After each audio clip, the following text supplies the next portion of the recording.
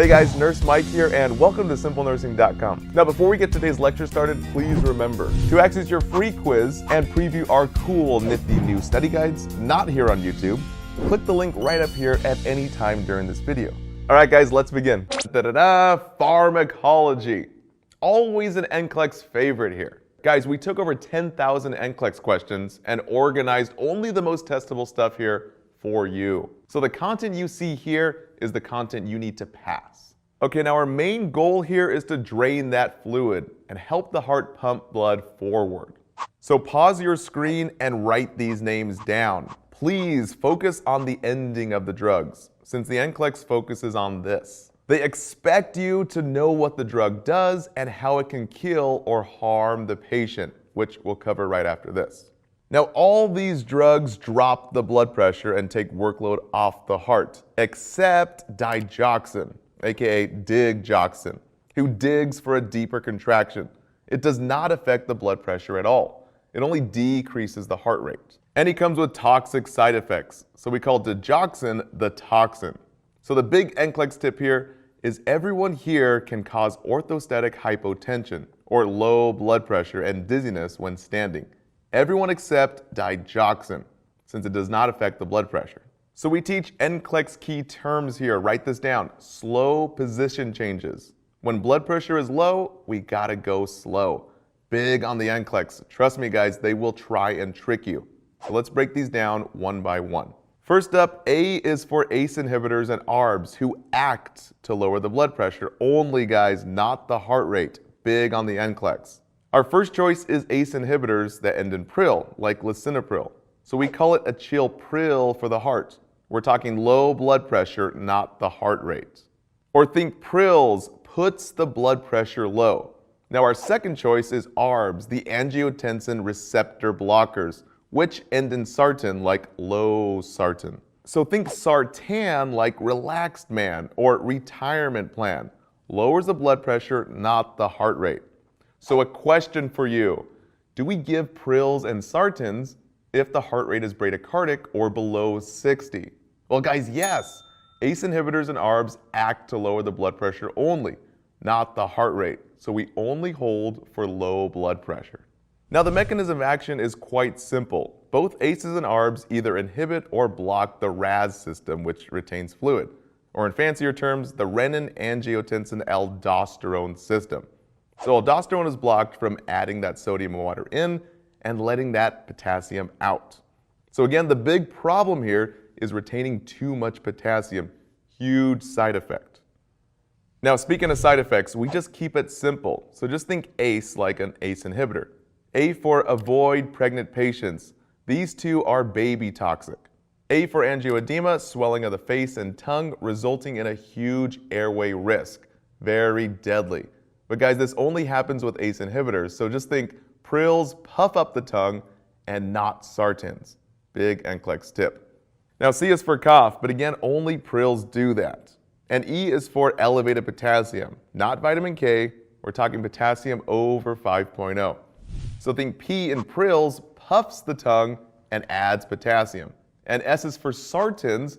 Sartans spare the potassium and are prescribed second after ACEs. Now we teach patients to avoid potassium-rich foods like fruits and veggies, specifically green leafy veggies, avocados, melons, and oranges, but even salt substitutes and liver. Now I didn't know the liver one until we did the NCLEX review. Now a quick NCLEX side note, since potassium pumps the muscles, early signs of high potassium, we're thinking high pumps of the muscles. So key word here is muscle spasms. So with our ECG, we have high pumps with peak T waves and ST elevations.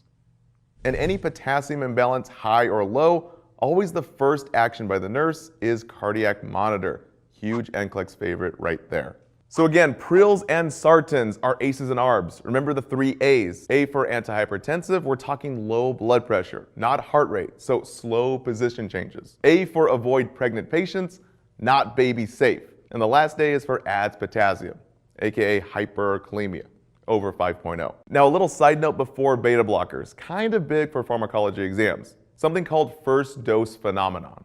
If you hear first dose or newly prescribed drug or the first time taking the drug, guys, don't leave the patient's bedside. Always assess for big side effects. So in this case, a big blood pressure drop. Okay, next is B for beta blockers, which puts the brakes on the heart, ending in LOL like atenolol.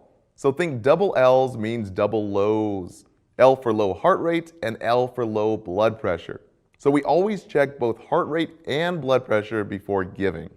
Now, pharmacology exams love to ask about the 3 negative tropics. So guys, beta blockers put the brakes on the heart. So negative chronos means less time, negative ino means less force, and negative dromotropic means less speed of conduction, which results in less beats. Now, these fancy words just means that we get a decrease in resistance, workload, and cardiac output, which makes it bad for our patients in acute or that worsening heart failure.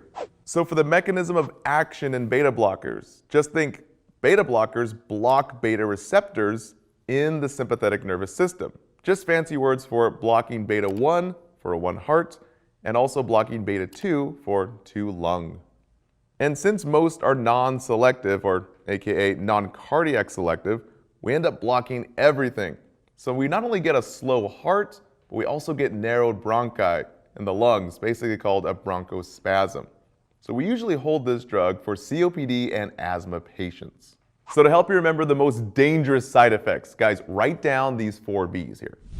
Bradycardia and low blood pressure, we hold the drug. This is always on the NCLEX. So any heart rate less than 60 and any blood pressure less than 90 or 100 systolic, guys, we don't give the drug. And since the drug affects the blood pressure, we always teach the patients slow position changes to avoid passing out, aka orthostatic hypotension.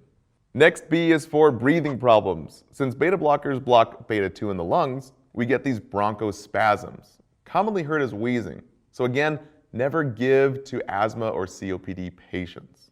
Next B is bad for heart failure patients. It can worsen heart failure patients, guys. NCLEX keywords here, write these down. New edema, worsening crackles in the lungs, rapid weight gain, or even new JVD. All indicate a new heavy fluid or basically worsening heart failure, which is a big priority. We always report these key words, always new or worsening findings, to the HCP or basically to the doctor. Our last B is for blood sugar masking in our diabetic patients. So sugars below 70. Beta blockers commonly hide the signs and symptoms of low sugar, that hypoglycemia, hiding the cool, the shaky, the clammy, and even hiding that high heart rate. So guys, we want to monitor our sugars closely, since low blood sugar means low brain function, or basically hypogly, the brain might die. Next drug is C for calcium channel blockers, which calms the heart, dropping both the BP and heart rate, commonly ending in dpine, Zem, and Amyl. So just think, dpine declines the blood pressure, not the heart rate. But Zem in diltiazem is kind of like Zen yoga, relax blood pressure and heart rate. And Amyl in verapamil, calm and chill, low blood pressure and heart rate. So again, think calcium channel blockers calms the heart, controlling the couple, both heart rate and blood pressure. Yes, it lowers them both together, so we never give when the blood pressure is low or if the heart rate is low, less than 60. Now, how exactly does it do this? Well, calcium channel blockers block the movement of calcium. Pretty cool, huh? This relaxes the vascular smooth muscles, which leads to decreased vascular resistance. Now that's just fancy words for relaxes the blood vessels and takes the strain off the heart. So textbook, why you gotta be so fancy? Yes, of course, the pseudostratified squamous epithelia. So just like beta blockers, we get negative chronos, which means less time, negative ino, which means less force, and negative dromotropic, basically less speed of conduction, resulting in less beats. Again, these terms may come up on your pharmacology exams, but these exact terms never came up directly on our NCLEX review. Now, what will be on the NCLEX are these key nursing considerations. So think CCB like a calcium channel blocker. Always before giving, guys, we count the heart rate and blood pressure. If the BP is less than 90 or 100 systolic, we hold the drug. Or if the heart rate is 60 or less, guys, we don't give the drug, except for nifedipine. He's the only one that declines the blood pressure. C for changes position slowly. Just like any drug that affects the blood pressure, we want to prevent fainting or that orthostatic hypotension. And B is for bad headaches, which are typically normal. Now a big test question, when do we hold the drug? So the magic numbers again here, guys, write these down.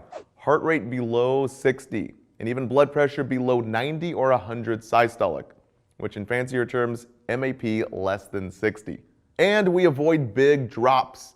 So always slow or stop any IV drip that's dropping that blood pressure too quickly. Kind of like landing a plane, guys, we don't want to crash. We want a slow and easy descent to prevent crashing our patients. So for example, the NCLEX will give you a patient on an IV verapamil drip with a heart rate of 48. Guys, we want to stop the drip, any heart rate below 60. Or a patient on IV nifedipine or diltiazem with big drops in BP. Let's just say from 150 over 90, which drops to 120 over 70. Guys, that's a big drop, so we want to slow that drip. Just like landing a plane, big drops can kill the patient. So LPNs and LVNs notify the RN, and RNs will titrate or basically fix the drip. Okay, our next letter is D for digoxin, our cardiac glycoside. This guy has nothing to do with blood pressure, so we have no orthostatic hypotension and no slow position changes. He is our positive inotropic drug that gives a deep contraction or increases contractility. So think Digoxin, digs for a deeper contraction, usually given to patients in systolic heart failure or that squeeze heart failure to help with a more forceful contraction. And also it decreases the heart rate, aka negative chronotropic. Chronos meaning time, so negative time we get less beats per minute. But guys, caution, this is very toxic. So think digoxin is a toxin. The top 3 NCLEX questions will always include our memory trick, ATP. A for checking the apical pulse for a full 60 seconds. If the heart rate is less than 60, guys, it gets a little risky. We don't give the drug. And here to help us out with the apical pulse location is Mr. Channing Tatum. Okay guys, focus, focus. The apical pulse is located left side mid-clavicular in the 5th intercostal space, basically between the ribs. You got it? Okay, good. Now, go ahead and go cool off. Now, T is for toxicity. Anything over 2.0 is huge. Early signs include vision changes, nausea and vomiting, anorexia, and even dizziness or lightheadedness. Guys, we want to notify the doctor ASAP. Huge NCLEX key terms. Now, another key term for vision changes include words like fuzziness or even blurred vision, even color changes, guys, and even, keyword here, difficulty reading. Now, that one really surprised us in our NCLEX review. I was like, really? Like vision changes for reading? What if you just have problem reading in general? Tricky, tricky. Not today, Mr. NCLEX. Not today. No siree. Now, a big test tip and side note about that big old kidney behind me.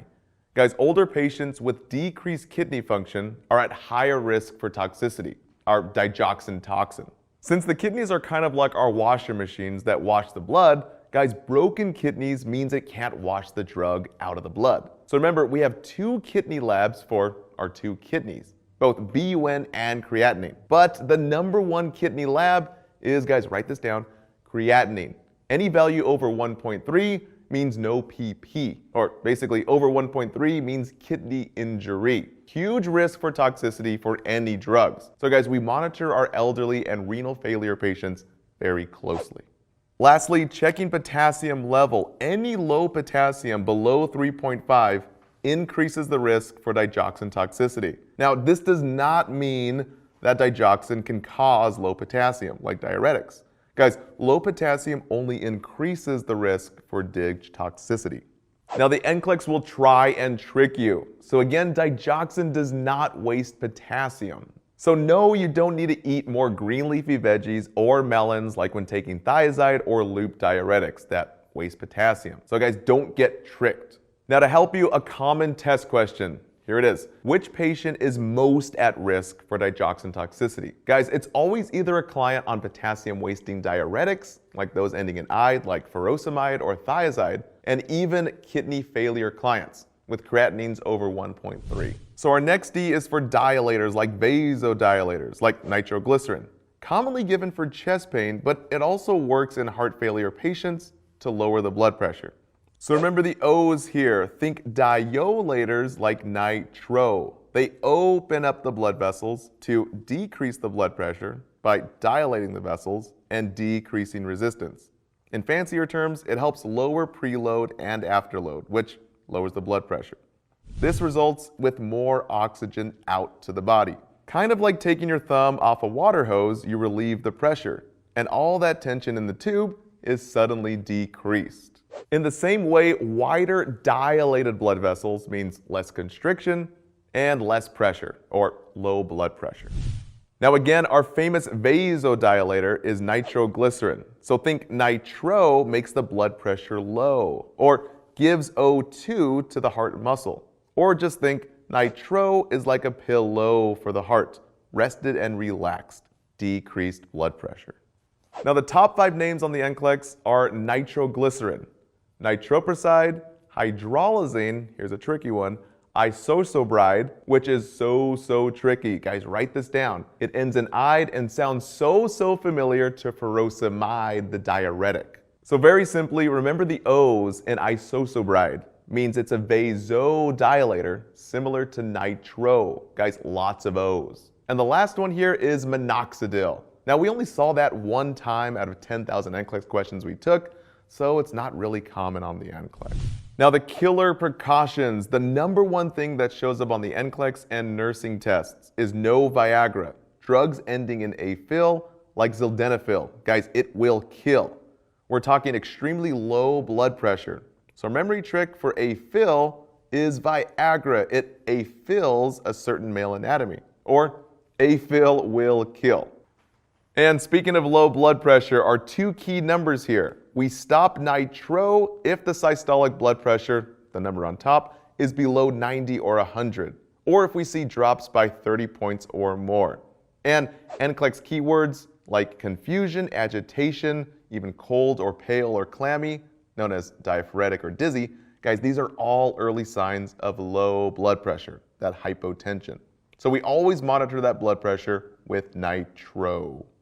Now, normal side effects are always the 3 H's, usually always present after the very first dose. So headaches or hypotension, also called our orthostatic hypotension, and hot flushing or facial redness. Now, this is not an allergic reaction. These are common and normal. So teach patients slow position changes to avoid that dizziness and falling, again, called that orthostatic hypotension, and always check the BP before giving this drug. Now for the top 7 NCLEX tips on nitro. We're talking patch versus pill for angina patients. Guys, we cover that in our angina chest pain videos. So if you're watching that here on the membership site, you can find it under angina in the MI section. Okay, our last D is for diuretics, which diurese fluid or drain the fluid from the body and into the potty. This guy is the #1 drug we use for acute or worsening heart failure. Big NCLEX tip. So remember the D's. Diuretics decrease the blood pressure by draining the fluid or diuresing the fluid to dehydrate our heart failure patients with heavy fluid.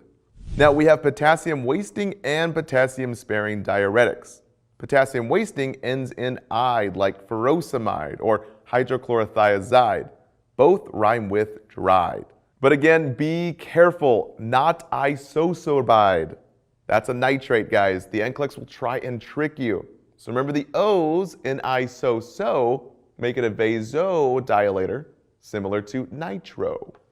Now, loop diuretics like furosemide and torsemide are the first drugs we use in acute or that worsening heart failure. So NCLEX keywords like worsening crackles, new edema in the legs, and even rapid weight gain. Guys, we give ides to make the body dried. These guys work by blocking the reabsorption of sodium in the kidneys. So with less sodium retained, we have less swelling retained, and our patient is saved. Now, we only give potassium wasters if potassium is normal, between 3.5 and 5.0. Anything less than 3.5 is a big no-no, guys. We don't give the drug.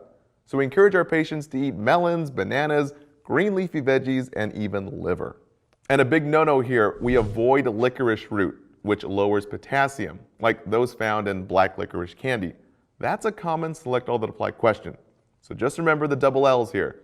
Licorice lowers potassium. Now, potassium-sparing diuretics, S for spironolactone, just think S for spares the potassium. Just like Prils and Sartan, this spares potassium too. But instead of blocking the angiotensin, this guy blocks aldosterone directly to let fluid out of the body and into the potty. And it ends in tone, so think it blocks aldosterone. Since spironolactone spares the potassium, we teach patients to avoid those potassium-rich foods, guys. So we don't eat those green leafy veggies, those melons, avocados, and we avoid that salt substitute. And again, any potassium abnormality, the first nursing action is to place them on a cardiac monitor. Always asked on the NCLEX and exams as a priority intervention. Lastly, since potassium pumps the muscles, NCLEX keywords like muscle spasm and even muscle cramps, this indicates a potassium problem. Even words like weakness or paresthesias. So with potassium wasters that lower potassium, think low pumps in the heart. We get flat T waves and ST depression, and also this little weird U wave. Now a little side note, if you have to replace potassium via IV, well guys, don't kill your patient. We never push potassium IV. This means instant death. We always give it IV bag over an hour or more, guys. Never 30 minutes and not even 45 minutes, 1 hour or more, typically 4 hours. And with our spironolactone, which spares potassium, we get high potassium. So think high pumps with peak T waves and even ST elevation in severe hyperkalemia. Now for other killer nursing considerations, guys, these three show up a lot on NCLEX exams. So guys, before giving diuretics, always check the BP. B for blood pressure, you hold the medication for low blood pressure, anything less than 100 systolic. B for BUN and creatinine, the kidney labs. We always check before giving since it can hurt the kidneys by giving too much or too quickly. And again, the P for potassium imbalances. Since P pumps the heart, we always put the patients on the cardiac monitor.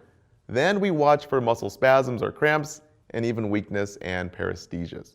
Big NCLEX tips. Now finally, 5 general diuretic NCLEX tips, always on SATA questions. Number 1, take in the morning, not at night. This med drains fluid, so we don't want potty breaks all the time during the night. Second, this med makes patients dizzy, so slow position changes to avoid fainting, aka that orthostatic hypotension, also called postural hypotension. Third, daily weights, not weekly, but daily. Always reporting 2 to 3 pounds or more. Remember, weight gain usually means water gain, so maybe we need to increase their dose. 4 is risk for sunburn, so just use sunblock. And finally, low sodium diet, since sodium swells. So guys, again, no chips, no fried foods like deep fried chicken or even deep fried ice cream, definitely no French fries, and even no canned foods or packaged foods like cheese, wines, meats, and even fast food. And again, avoid those over-the-counter meds like can. So guys, cough and flu meds, antacids like Tums, acetaminophen like Tylenol, and NSAIDs like ibuprofen and naproxen. Guys, all these contain high amounts of sodium, which swells the body. Now a little side note about furosemide, our loop diuretic. We already know it's the #1 drug for worsening heart failure, right? But caution, if given too fast, it can be ototoxic, meaning ear pain or ringing in the ears called tinnitus, and even hypotension, that low blood pressure. But guys, not bradycardia, never low heart rate. And if given too much over the long term, it can cause nephrotoxicity, meaning kidney toxic, with high BUN and high creatinine. So always check the 2 labs to protect those 2 kidneys. And as you know, hypokalemia, that low potassium, below 3.5 for those long-term doses. Not usually affected by fast administration. All right, guys, that wraps it up. Now, don't forget to see our 8-question cardiac quiz and test your knowledge in our quiz bank. Thanks for watching. For our full video and new quiz bank, click right up here to access your free trial. And please consider subscribing to our YouTube channel. Last but not least, a big thanks to our team of experts helping us make these great videos. All right, guys, see you next time.